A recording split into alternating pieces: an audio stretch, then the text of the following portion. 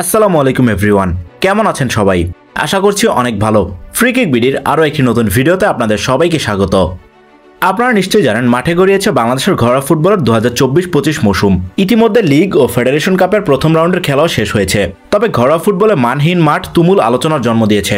এমন মানহীন মাঠে আদৌ দেশের সর্বোচ্চ লিগ আয়োজন সম্ভব কিনা সে প্রশ্ন তুলছেন সবাই। একটা সময় বাংলাদেশের ঘরোয়া ফুটবলে মানহীন বিদেশি খেলোয়াড়দের নিয়ে আলোচনা হতো, তবে সাম্প্রতিক সময়ে ক্লাবগুলো ভালো মানের বিদেশিদের দলে নিচ্ছে, কিন্তু মাঠের অবস্থা যেন দিনের পর দিন আরও খারাপ হচ্ছে। কিন্তু সমস্যাটা আসলে কোথায়? কেন দেশের সর্বোচ্চ লিগ এমন মাঠে আয়োজন করতে হলো? লিগ আয়োজনের জন্য সবচেয়ে বেশি দায়িত্বশীল বাফুফের পেশাদার লিগ কমিটি। তাদের অধীনে আয়োজিত হয় লিগ ও ফেডারেশন কাপ, তাই খেলার জন্য উপযোগী মাঠ তাদেরই নিশ্চিত করার কথা। কিন্তু গাজীপুর, মুন্সিগঞ্জ ও কুমিল্লার মাঠ দেখলেই চোখ বন্ধ করে বলা যাবে পেশাদার লিগ কমিটি এই জায়গায় ব্যর্থতার পরিচয় দিয়েছে।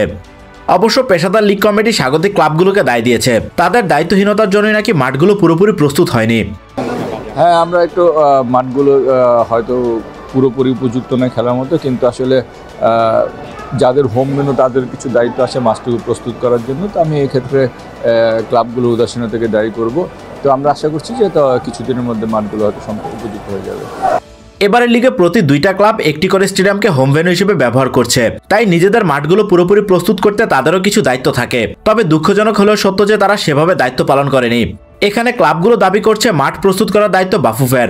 ঢাকা পোস্টে এক ক্লাব কর্তা বলেন, ফিফা এএফসির নিয়মের আনুষ্ঠানিকতার জন্য দেখানো হয় হোম ভেন্যু। আসলে কোনো ক্লাবেরই হোম ভেন্যু নেই, গিয়ে খেলে চলে আসে।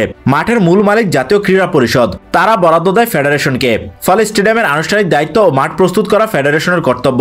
ক্লাবগুলো খেলা চলাকালীন দৈনন্দিন কিছু বিষয় দেখাশোনা করে। ক্লাবগুলো আর্থিক সংকটে মানহীন মাঠে খেলার সিদ্ধান্ত নেয়। খরচ কমাতে ঢাকার আশেপাশের স্টেডিয়ামে খেলতে চায় ক্লাবগুলো, তাই বাফুফে চাইলেও দূরের জেলা বা বিভাগীয় স্টেডিয়ামগুলোকে ভেন্যু হিসেবে ব্যবহার করতে পারছে না। গত মৌসুমে রাজশাহী ও গোপালগঞ্জের মাঠের কন্ডিশন বেশ ভালো ছিল। এছাড়া সিলেট ও চট্টগ্রামের মাঠের অবস্থাও বেশ ভালো, কিন্তু খরচ কমাতে সেসব জায়গায় খেলতে চায় না ক্লাবগুলো, তাই অনেকটা বাধ্য হয়ে ঢাকার আশেপাশের মাঠগুলোকে বেছে নিতে হয়েছে। তবে সবচেয়ে দুঃখজনক বিষয় হয়েছে জাতীয় ক্রীড়া পরিষদের অসহযোগিতা।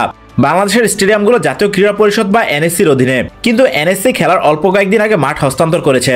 কুমিল্লায় তো খেলার আগের দিন উঠানো হয়েছে ক্রিকেটের পিচ, তাই এখানে সমন্বয়হীনতার অভাব ছিল স্পষ্ট। একই সঙ্গে বাফুফে অর্থ সংকটে মাঠ প্রস্তুত করতে পর্যাপ্ত কাজ করতে পারেনি বলেও জানা গেছে। শেষ মুহূর্তে সভাপতি তাবি তাওয়াল অর্থ দেয় সপ্তাহখানেক আগে মুন্সিগঞ্জ ও গাজীপুরে কাজ করা হয়। সময় কম থাকে, অপ্রস্তুত অবস্থাতেই খেলা শুরু করতে হয়েছে। এতে বাফুফের নতুন কমিটির পরিকল্পনাহীনতা ও পেশাদারিত্ব নিয়ে শুরুতেই প্রশ্ন উঠেছে। তবে দ্রুতই মাঠগুলো পুরোপুরি প্রস্তুত করতে আশাবাদী তারা। মাঠের এই সমস্যা কাটাতে দ্রুতই ক্লাব ও বাফুফেকে একসঙ্গে কাজ করতে হবে, কারণ এমন অসমতল ও ঘাসহীন মাঠে খেলা খেলোয়াড়দের জন্য বেশ ঝুঁকিপূর্ণ। এমন মাঠে খেলা ইনজুরির সংখ্যা বাড়ায়। ইতিমধ্যে প্রথম রাউন্ডে বেশ কিছু খেলোয়াড় ইনজুরিতে পড়েছেন। একই সঙ্গে খেলার সৌন্দর্য উল্লেখযোগ্য হারে হ্রাস পেয়েছে।